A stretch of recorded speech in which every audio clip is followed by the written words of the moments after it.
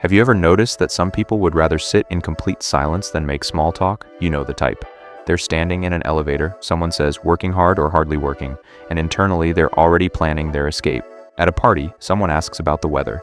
A coworker asks how their weekend was, and somehow every second feels painfully long. For some people, small talk is harmless. For others, it feels like psychological torture. But why? Why do some people genuinely dislike casual conversation while others seem to thrive on it? The answer reveals something fascinating about how different minds work. The first reason is surprisingly simple. Some people's brains crave depth.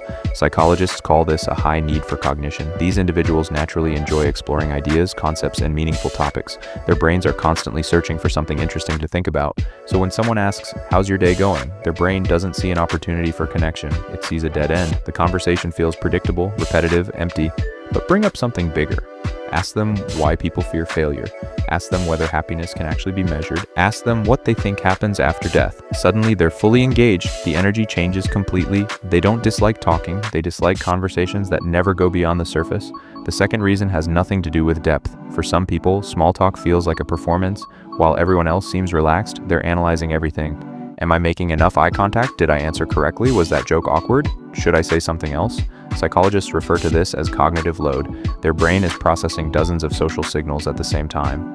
As a result, even a simple conversation becomes mentally exhausting. Instead of enjoying the interaction, they're managing it, monitoring it, overthinking it.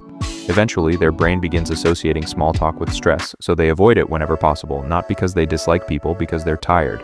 The third reason is perhaps the most interesting. Some people see small talk as a social script. Think about how many conversations follow the exact same pattern. How are you? Good. You? Good. And that's the end of it. Most people never say what they're actually thinking. Most people never answer honestly. Everyone follows the script and moves on. For individuals who value authenticity, this can feel strange, even frustrating, because they aren't looking for another routine interaction. They're looking for something real. A genuine thought, a meaningful question, a real human connection. And here's the part most people never realize.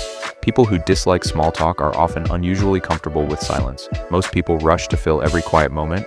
Silence makes them nervous, awkward, uncomfortable. But for these individuals, silence isn't a problem. In many cases, silence feels more authentic than forced conversation. It requires no performance, no pretending, no unnecessary words, just presence. Now there's a common misconception. People often assume that those who dislike small talk think they're smarter than everyone else. Sometimes that's true, but usually it isn't, because real conversations are actually harder. Talking about the weather is easy. Talking about your fears isn't. Talking about your weekend is easy. Talking about your deepest beliefs isn't. Meaningful conversations require vulnerability. They require honesty. And honesty always involves risk. You might be misunderstood. You might be judged. You might be rejected. That's what makes genuine connection so valuable. Research consistently shows that people who dislike small talk often prefer a few close relationships over a large social circle. They aren't necessarily antisocial. They simply value depth over quantity. For them, one meaningful conversation is worth more than 100 superficial ones. So if you've ever felt disconnected during small talk, it doesn't automatically mean something is wrong with you. Maybe your brain craves deeper conversations. Maybe you're exhausted by social performance. Or maybe you're simply searching for authenticity in a world full of scripts. The real question is this: when someone asks, "How are you?" do you hear a greeting or a missed opportunity for a real conversation?